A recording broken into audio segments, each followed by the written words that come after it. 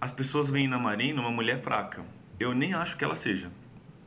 Acho que quem tem um histórico de vida como o dela pode ter outros defeitos menos a da fraqueza. É que eu acho que as pessoas veem assim a Marina. E o próximo presidente da República, ele vai ter que ter a capacidade de fazer com que a nação entre na dele, né? Pra gente parar, inclusive pra gente poder parar de ficar falando de política para poder fazer as outras coisas da vida, se dedicar às outras coisas, enquanto noticiário, enquanto vida do cotidiano mesmo, e toquemos o barco para frente. Acho ela uma mulher muito honesta, também é uma opção de voto para mim no segundo turno, talvez fosse até no primeiro turno já também, mas é, acho que a capacidade dela de articulação com as oposições é difícil. Ela pretende fazer um governo sem nenhum tipo de negociação. E não dá, eu acho que é ingênuo achar que você não vai negociar nada neste momento histórico que o Brasil está vivendo. Então, abre o jogo agora, diz que vai negociar sim, diz que vai dar um ministério ou outro em troca de apoio de, de um partido, porque você vai fazer, vai ter que fazer isso aí. Até a gente mudar a legislação, a Constituição, é isso. E só quem não para prestar atenção em nada não sabe disso. Às vezes você precisa da maioria no Congresso. Você precisa formar uma base aliada de partidos que vão lá votar nas ideias que o governo tem. Reforma ou não, por exemplo. E aí você dá o que para eles? Os ministérios. É óbvio que é horrível isso. Mas o jogo está organizado para ser assim. Então ou ela não sabe disso e é ingênua, ou ela sabe e está agindo de má fé. E eu também não sei. Ou não tem como eu saber, né? Faço a menor ideia. Bom, então, a princípio não é para quem eu vou votar também. Aí tem o Alckmin, eu acho que ele tem como, advogando contra ele, algumas coisas pesadas. Por exemplo, o fato deles estarem na administração do estado de São Paulo há muito tempo. E São Paulo, para quem está aqui, não é o pior lugar do Brasil para viver, nem de longe. É só viajar um pouco para fora do estado de São Paulo, para vários outros estados, e você começa a ver as várias vantagens que tem em estar aqui em São Paulo. Mas é exatamente por isso que eu acho que o governo dele fracassa, né? Porque você está em São Paulo, entendeu? Apesar dele ter números muito bons para apresentar, mas são números muito bons comparados com outros estados do Brasil. Aí você compara com todo respeito, mas você compara com Piauí, ou você compara, sei lá, com qualquer estado do Nordeste, aí a comparação é injusta, é injusta.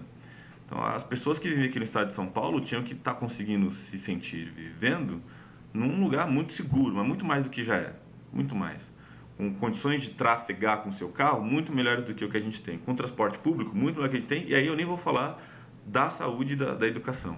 Que todo mundo que trabalha nesses dois segmentos sabe o quanto a gente tem que ser capaz de improvisar para poder fazer a saúde e a educação avançar minimamente. E a maior parte das vezes a gente mais vê a coisa fracassando do que conseguindo progredir. Então, tem isso. Apesar de que ele parece... E aí, eu sei que eu vou tomar bordoadas também, mas eu não consigo achar que ele é um cara do mal, entendeu? Não parece. Eu acho só que ele foi um sujeito que ele foi se deixando, olhando para esse cenário todo da política recente dos últimos 20 anos da história, e ele achou que tinha que fazer concessões. Então foi cedendo para tudo quanto era tipo de falcatrua. Tem, por exemplo, esse processo que está correndo contra ele, está na lista do Janot. Supostamente ele atendia pelo codinome Santo. E aí está uma outra coisa que eu acho que é mais séria. Eu acho que há ali num horizonte mais próximo a possibilidade da Lava Jato acabar engrossando pro lado dele. Aí tem duas possibilidades: ou ele vai barrar a Lava Jato, o que é um problema, ou a Lava Jato vai adiante e aí em algum momento chega nele. E aí a gente vai viver de novo aquele processo de instabilidade política que a gente experimentou tão ferozmente ali no governo da Dilma. E não dá, né?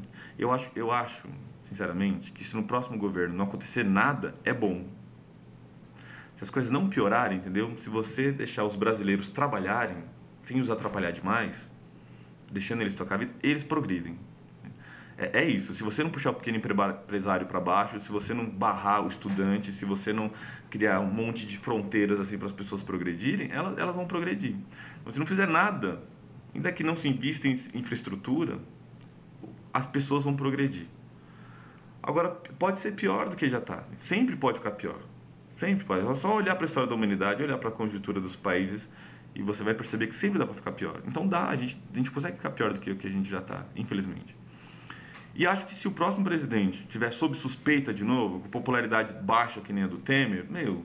E as pessoas também não gostam do Alckmin, não é? Tá aí há um tempão já de campanha, ele não consegue passar de um dígito de pesquisa. No geral, as pessoas não gostam dele. Para a popularidade dele despencar depois que ele foi eleito é 1, 2. Eu também não. O Alckmin é o tipo do cara que, se ele fosse o capitão lá do exército, que nem aqueles filmes que a gente assiste, ele tá montado no cavalão lá na frente fazendo um discurso. Ele acaba de fazer o discurso, você pega a sua espada e sai correndo contra o inimigo. Você fica. Não, nem ele vai querer lutar, né? Ele vai correr do campo de batalha. É essa a impressão que você tem. Então eu também não me identifico com ele em nenhum nível. Mas votaria nele contra o Bolsonaro. E aí a questão é por quê, né? Se ele tem esse meião forte aí do centrão formado com ele, desses partidos que são notoriamente mais sujos na história recente do país, por que eu votaria nele? Porque eu acho que tem uma chance do Bolsonaro realmente acreditar nas coisas que ele fala. Entende? Quando eu vejo ele em cima de caminhões falando assim que a minoria que tem que se adaptar, que tem que se render à maioria, eu não sei quem é que ele acha que é a maioria. Eu não sei exatamente que estratégias ele vai fazer para que a minoria seja submetida. Ele está chamando o que de submissão? E esse tipo de fala, ele é de se pensar, pelo menos para ficar receoso. Pelo menos ficar receoso. Ele diz coisas mais ponderadas e calmas, tipo na Globo News, na Globo, na Rede TV. E depois, quando ele sobe em caminhões no interior do Brasil afora, ele fala coisas com um temperamento de quem está pensando em ir para a guerra daqui a 3 minutos. Eu não tenho problema com ele ser militar. Eu conheço vários militares que eu admiro, pessoas que eu conheço andando por aí, que eu admiro pessoalmente, assim. Acho que a formação, por exemplo, acadêmica nas escolas militares, ela é espetacular. Até onde eu sei, ele tem de longe essa formação. E aí o sujeito também está há um tempão como deputado. No mínimo, ele podia ter estudado muito, não é? Imagina, você que está escutando. Você ganha o que um deputado federal ganha no Brasil. Passa 20, 25 anos. Você estuda em qualquer lugar desse planeta que você quiser, entendeu? Você fala pelo menos uns 3, 4 idiomas muito bem falados, assim, se você quiser. Dá tempo de entender de economia. Dá tempo, você não faz outra coisa da vida. Você fica ali o tempo inteiro lendo leis. Então, eu acho o pior candidato, assim. E acho muito irônico que ele esteja liderando a pesquisa, eu acho. Enfim. Aí, o próximo da lista é o Henrique Meirelles. Bom, eu tenho uma fala muito peculiar, assim, pro Henrique Meirelles. Eu acho muito empobrecido quando as pessoas dizem que não vou votar pro Henrique Meirelles. Olha os principais argumentos que eu ouço, pelo menos. Porque ele é muito velho. Isso é completamente contraditório, né? A gente dá uma de politicamente correta, assim. De repente aparece um senhor que é mais velho que os outros candidatos e a gente acha que isso é um problema. Aí ele morre, passa algum tempo, a gente começa a falar, eu não sabia que ele era tão bom. Ele é um acadêmico, né? Dos candidatos, o mais estudado, mais preparado, com a ficha mais limpa, ele está entre esses candidatos. Tem experiência, tem ficha limpa, não precisa da política para enriquecer, o cara já é rico. Então por que eu não voto pro Henrique Meirelles? Não é medo que as pessoas me rechassem. É óbvio que eu tenho esse medo também, né? Não tô a fim de sair sofrendo retaliação o tempo inteiro. Mas dessa vez não é isso que vai me fazer não votar para ele. É porque ele tá no MDB, né? Aí não tem muito o que fazer. Esse partido que está ali no centro da política mais suja do país há tanto tempo, que tem nomes tipo José Sarney, que é do Michel Temer, que saiu... Ele não pode não admitir, mas ele é o candidato do atual governo. Então esteve ali bem pertinho. No mínimo, ele sabe de um monte de coisa. Veio a público falar? Arrumou um jeito de vir a público falar? Não veio. Não veio. Talvez ele tenha até motivos nobres para não ter vindo, sei lá, tô pensando aqui no melhor dos mundos, que nem o Leibniz. Mas não veio, o fato é que ele não veio. E aí ele vai governar com quem? Vai governar com o MDB. E eu gostaria muito que o MDB não existisse mais. Não que eu acho que no dia seguinte o mundo seria melhor e tal, mas seria um processo de vingança histórica, né? Acho que a gente tem essa sede também, eu também tenho. E por fim, tem o Boulos. Eu acho que o Boulos não tem no perfil dele a possibilidade de construir um projeto de união da nação. Eu acho que o discurso dele é um discurso que, por natureza, mais tende a afastar as pessoas. Não dá para você governar um país achando que você vai governar sem a classe média, ou assustando a classe média, ou você vai governar um país reforçando a visão de que se você é rico, necessariamente você é mau, e portanto o contrário, você é pobre, necessariamente você é bom. Esse tipo de discurso ele é ruim, porque daí dá a impressão de que enriquecer uma coisa errada, portanto ser pobre tem algum tipo de mérito. E não, né? E não. É óbvio que a gente não combate o pobre, mas tem que se combater a pobreza a todo e qualquer custo. Então, se o projeto de país dá certo, você que está aí me escutando, você ganha dinheiro. Dê muito certo, você ganha muito dinheiro. As consequências para a conservação da natureza, da sustentabilidade, são outras. Sérias, muito sérias. Mas, a grosso modo, é isso, não é? Então, o fato do Henrique Meirelles ser rico não faz dele necessariamente um sujeito culpado. Tem as regras do jogo. O cara jogou direito, enriqueceu. Agora, você tem que gerar oportunidade para mais gente poder ascender, eu concordo com isso. Mas, enfim, não está na natureza de ser rico, na essência do ser rico, a maldade. Mesmo porque não é possível fazer transformação sem poder. No mínimo, você tem que ter poder para poder alterar o mundo. E quanto mais poder, mais você pode alterar o mundo.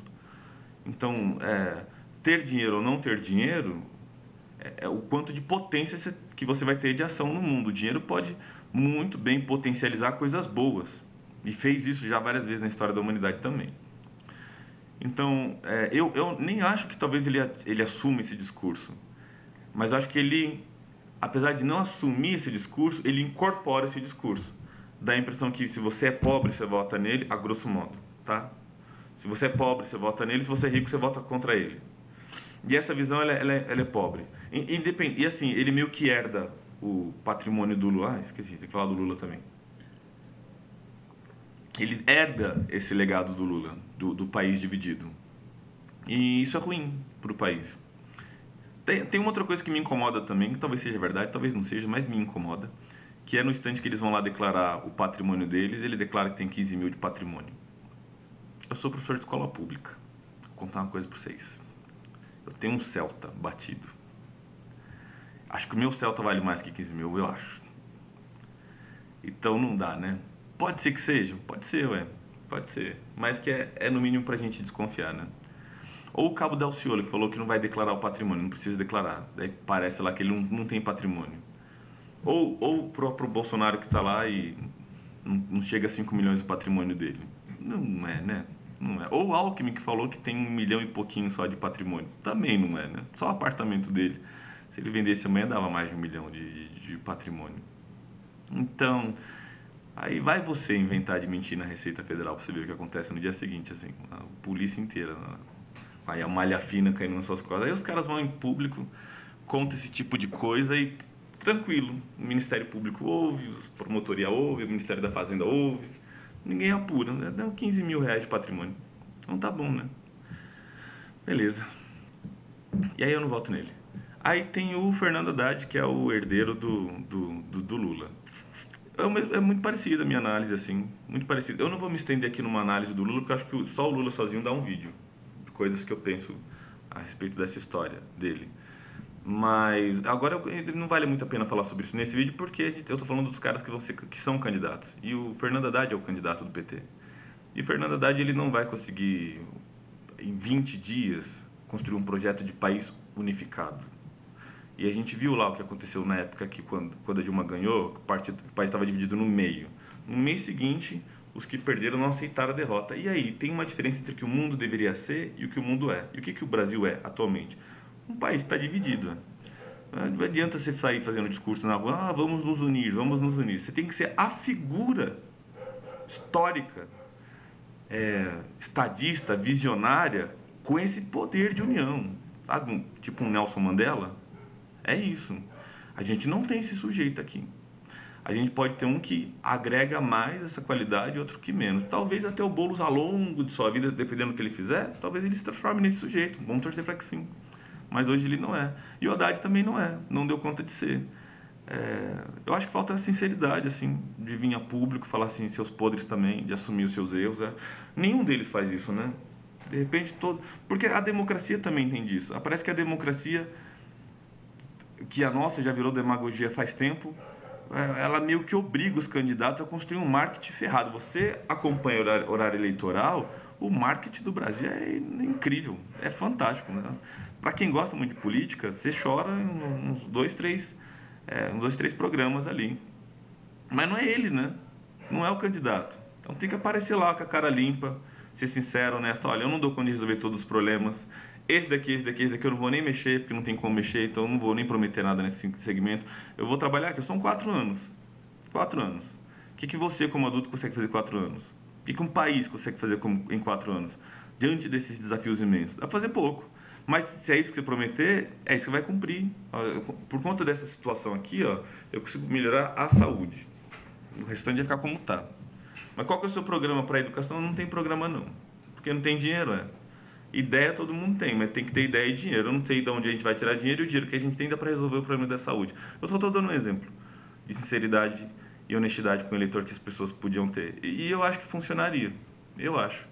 Porque a população não é burra, ao contrário do que todo mundo diz. Os eleitores do Bolsonaro, por exemplo, não são burros. Eles estão enxergando coisas ali muito legítimas. E a população não é. O Locke diz isso, né? Que todo homem está condenado a escolher o que é melhor para si. Seja sincero, Você leva seu carro lá na oficina mecânica, o sujeito fala assim, ó, não tem como, se você confia, né? Não tem como consertar. Troca o motor inteiro. Você vai achar ruim, mas você vai fazer o quê? Você troca. Você via ficar muito bravo com ele, não, seu motor tá bom, você pega o carro, vai viajar, dá 15 km, seu carro quebra, você fica na beira da estrada. Porque o cara, ele falou uma coisa que eu queria ouvir. Ó, nós vamos investir em todas as áreas. Não vai investir em todas as áreas. Ninguém no mundo contemporâneo dá conta de investir em todas as áreas, melhorar todas as áreas. Não, não vai acontecer. Então, eu acredito muito na iniciativa das pessoas. Toda hora, se você procurar, você vai encontrar gente fazendo o bem por aí. E eu acho que essas pessoas, elas são a maioria. Porque senão a gente já estava num país muito pior. Gente fundando ONG, fundando ordem. Tem um casal chamado Caçadores de Talentos, ou Caçadores de Bons Exemplos, desculpa, que saiu pelo Brasil inteiro procurando esses exemplos. Nossa, encontraram. Até onde eu sei, eles têm catalogado 1.170 exemplos. Só que esse tipo de gente não dá notícia, né? O que dá notícia é catástrofe. É um sentimento mórbido de mundo, assim, que alimenta. Você liga o rádio de manhã, você já começa a escutar catástrofe. E aí dá a impressão que está tudo indo pro brejo. Não é. Tem coisa boa, gente se esforçando, trabalhando voluntariamente por aí. Então, eu espero mais dessas iniciativas do que de qualquer sujeito que assumir lá a presidência da República no ano que vem. Enfim. E aí, finalmente, tem o meu...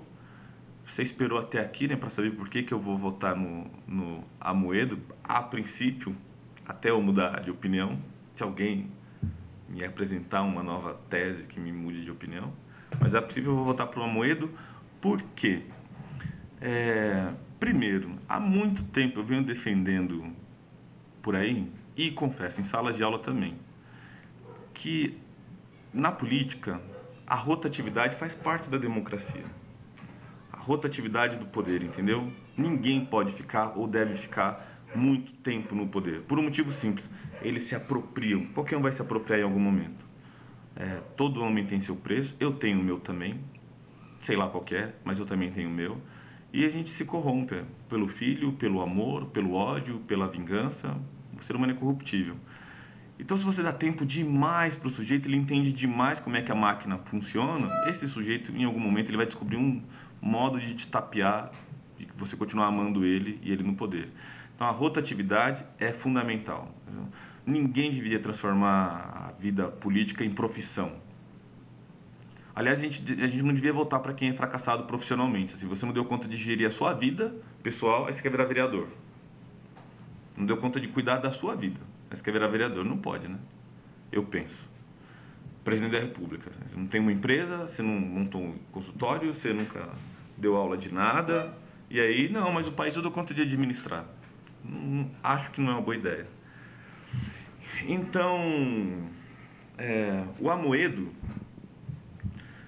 ele não, por tudo que eu falei até aqui, eu acho que fica claro que eu não acho que ele é um escolhido, que vai resolver todos os problemas. Ou que ele é um santo, que se a gente procurasse, a gente não encontraria problemas no passado dele. De repente, daqui para amanhã aparece algum grande escândalo, esse patrimônio enorme que ele declarou aí, que eu acho que foi o mais sincero de todos, não tem como não. O cara declarou na casa dos mais de 400 milhões de reais de patrimônio, ninguém passou nem perto de declarar isso. Foi o mais sincero de todos. E até onde se sabe, ele ganhou esse dinheiro todo legitimamente, entendeu? Se eu tiver que escolher um modelo para os meus alunos, é ele. Até que se prove o contrário, e eu acho que é preferível você acreditar primeiro nas pessoas, todas elas, e se decepcionar de vez em quando com algumas, do que você desconfiar de cara de todo mundo, e aí você perde a possibilidade de fazer vínculo com todas elas. Então, até que se prove o contrário, esse sujeito cresceu legitimamente. Daí, não, com o dinheiro que ele tem, ele podia ter entrado em qualquer partido, todo partido ia recebê-lo de braços abertos, de coração muito feliz. Mas ele decidiu que não, vou fazer o meu partido. Eu acho que se um dia, milagrosamente, eu tivesse essa grana também e resolvesse montar um partido, ia ser a mesma coisa. Eu não ia entrar em nenhum partido. Você entraria? Você olha para todos os partidos e fala, não, eu vou ser candidato aqui em Franco da Rocha, Caieiras, Morato, assim, a vereador. Você vai mesmo, assim, sem preocupação de começarem a achar que a sua índole é uma porcaria? Você não vai, né? Você fica com medo. Não, eu não vou, porque eu vou me queimar com as pessoas que gostam de mim. E não que quem vá não tenha essa preocupação, é que está disposto a enfrentar essa briga. A maioria de nós não está. Então, agora, se você tem a possibilidade de ter grana, de montar o seu partido, chamar as pessoas que você confia, então eu me identifiquei com isso. E mais, assim, ele é uma dúvida. Talvez ele seja um bom presidente, talvez não. Os outros são uma certeza. Eles têm históricos difíceis de lidar. No mínimo isso, no mínimo difícil. A gente já conhece eles demais, entendeu? E é difícil você construir um relacionamento com quem você já conhece demais e se decepcionou demais. E esses são os outros candidatos. O segundo motivo para eu votar no Amoedo. Eu não acho que o Amoedo vai ganhar. Eu não acho. Acho que vai ter segundo turno. Só explicar uma coisa. Independente de para quem você votar, você não quer que o Bolsonaro seja presidente da República. Para qualquer candidato que você votar, serve. Vou te explicar por quê, se disser que você já não sabe. Para você ser eleito em primeiro turno, você tem que ter 50% mais um. Isso dá a maioria. Dos votos válidos. Por isso que toda essa galera que falou, não vou votar, é nulo, não vou lá votar, vou votar em branco. Eu não sei qual que é a intenção, mas se a intenção é tipo, vamos cancelar a eleição, é um equívoco basal, assim, fundamento. Porque o que a legislação prevê é que se conta os votos válidos. Até mudar a legislação é isso. Você vai lá 3% da população e vota, esses 3% elege o candidato. Atualmente, de 49%, 48% de pessoas falando que não sabem para quem vai votar, ou que não vão votar, ou que vão votar nulo. Você acha mesmo que se os candidatos estivessem, preocupados com alguma coisa, eles já não teriam feito alguma coisa? Você acha que eles vão ficar magoados porque você não vai votar para ele? Tipo, ninguém vota para os caras. Sei lá, 60 milhões de pessoas votam em branco ou nulo. E ele, caramba, não estão votando na gente, né? Será que eles não gostam da gente? Eles sabem que a gente não gosta deles. Todos eles sabem. E não ligam.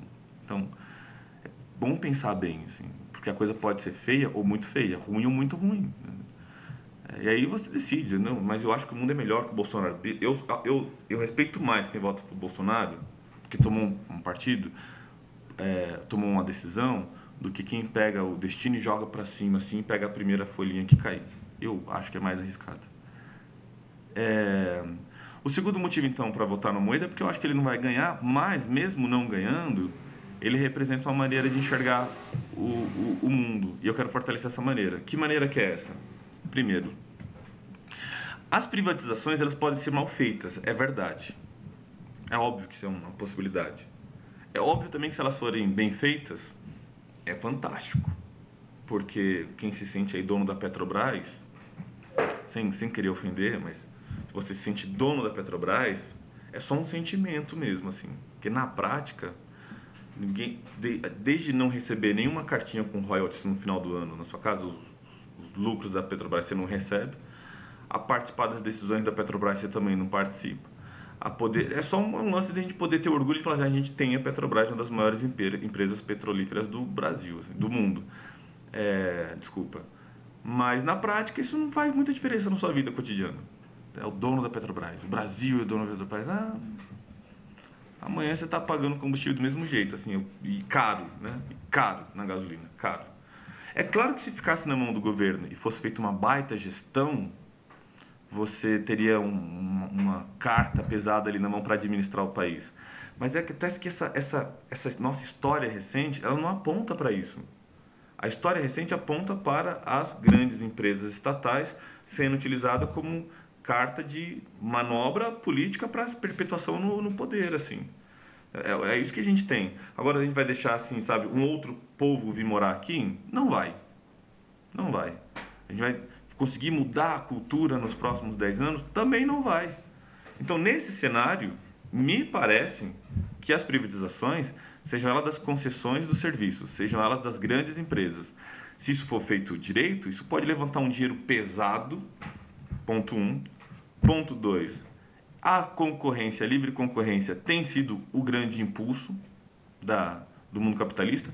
E ponto 3, você pode ser comunista, socialista, anarquista, capitalista. O grande mal do nosso país não passa por nenhum desses istas, passa por outras duas questões: incompetência e corrupção. Você pensa no modelo mais sagrado de todos, entendeu? Para a maioria da população é o cristianismo.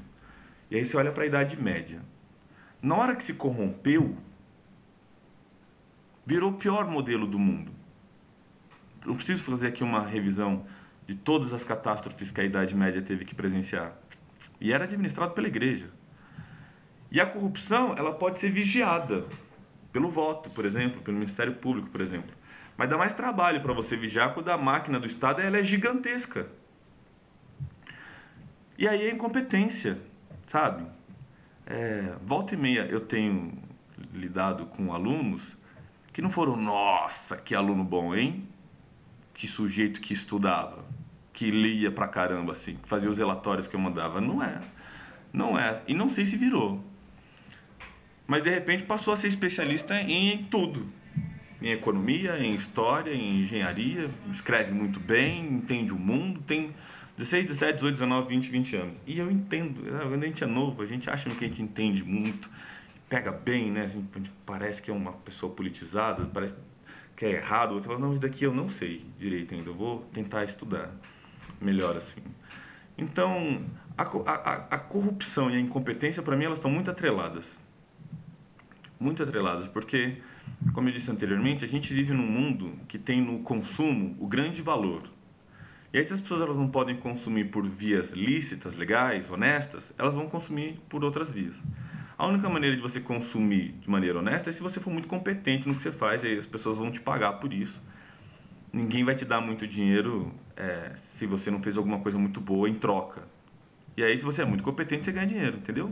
Aí você ganhou dinheiro, você não vai se arriscar a comprar um produto ilegalmente, a não ser que você tenha algum problema mental. Caso contrário, não. Às vezes você tem dinheiro para pagar a coisa honestamente, você não vai querer se sujar por conta de mixaria. Agora, quando você não é competente, e aí eu não estou tentando dar causas da incompetência das pessoas, mas o fato é que se você não é competente, você vai ter que sobreviver do mesmo jeito, e aí você vai estar mais sujeito a se render à corrupção. Então, esse país menor, no sentido do Estado menor, mais fiscalizador, ele pode funcionar se cada indivíduo passar a funcionar melhor, entendeu? Que cada um que vai ser médico, engenheiro, advogado, arquiteto, professor, policial, bombeiro, pedreiro, motorista, procure ser o melhor nisso que está fazendo. E a gente sabe que não é isso. A gente sabe que não é isso. Você tropeça em gente incompetente o tempo inteiro. E aí não dá para jogar só essa nas costas do governo. Assim, é seu. Então vai ter que melhorar. Não fazer com má vontade, entendeu? É você que acorda cedo e vai estudar, ou vai trabalhar e chega mais cedo e se dedica. Agora é verdade também, a vida é difícil, a condição humana ela é pesada e a gente vai se entregar muitas vezes e tal. Mas daí já não é mais o sistema, não é o comunismo, o capitalismo, o socialismo. É você não conseguindo vencer a condição humana que é essa vontade diária de desistir, de lutar, de continuar acreditando. A vida não é o desenho da Walt Disney. Então, volta e meia aparece lá o povo que tem uma base emocional incrível, consegue superar, que repete o discurso do Rock Balboa e vai adiante pelos seus sonhos e tal. Mas de nós não. E aí é muito confortável. E eu entendo. É confortável ter um governo que nem o nosso, porque daí você pode despejar nas costas dele. E aí cai, né? Porque, tipo, um governo ruim que nem o nosso assim, você se livra de todas as suas culpas pessoais. Então, a privatização não é o grande demônio, assim como a estatização também não seria, sabe? Você tem um país de homens honrados e mulheres honradas e todo mundo muito competente. É só pensar naquelas comunidades que conseguem funcionar em forma de cooperativa e todo mundo é muito honesto com o que está fazendo. E nossa, aquilo é óbvio, a união faz com que as coisas funcionem de maneira incrível. Mas não é assim que a gente, enquanto país, tem administrado as grandes estatais. Bom, e o Amoedo ele vai nessa direção. Assim como ele também vai na direção, pelo menos no discurso, na prática eu não faço ideia, da diminuição do tamanho do Estado no que diz respeito a você pegar todos os impostos, assim, entendeu? A justificativa é que o Estado tem que fazer muito, tem que construir tudo, tem que construir sozinho. Aí ele cobra um montão de impostos com essa justificativa. E não faz. E a gente paga o imposto de um lado e paga plano de saúde do outro lado. A tabela do imposto de renda não é corrigida, sei